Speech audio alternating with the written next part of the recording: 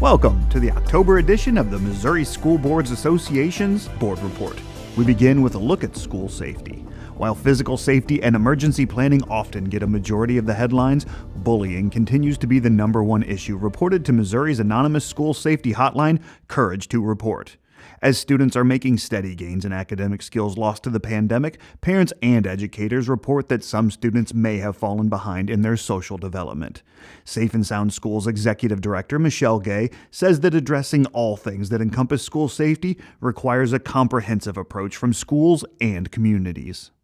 So we've created a comprehensive framework for school safety that really teaches making sure that you're attending to mental and behavioral health, health and wellness, physical safety and security, culture, climate and community engagement, leadership, law and policy, and operations and emergency management. That's a lot. We wouldn't expect everyone to know everything in all of those buckets, if you will, or those domains. But we hope that folks look at that and say, well, I do have a lot to offer in this area because I'm a school nurse, or I'm a school counselor, or I'm an administrator, or I'm a school board member. There's something in there that we all kind of specialize in and are passionate about. And so we bring that to the table. We bring that to the team. Michelle Gay chose to take action after losing her daughter in the Sandy Hook school tragedy. Since that time, she has focused her energy on improving all aspects of safety and security in schools and communities across the country. She admits that the ever-continuing work of improving all things related to school safety is a difficult task. The fact that it's hard work shouldn't deter us because good things are hard to do. Good work is hard to do.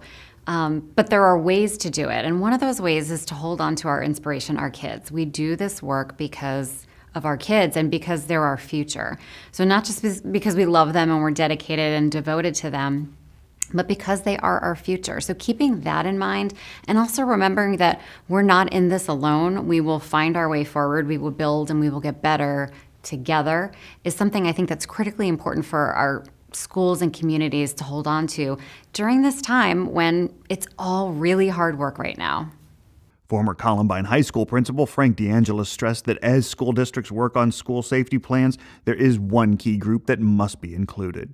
I'll tell you, a lot of times what ends up happening is you have people make decisions. And of course, we brought, police officers in, we brought firefighters in, we brought psychologists and social workers, including our staff and parents. But don't underestimate the power of the students.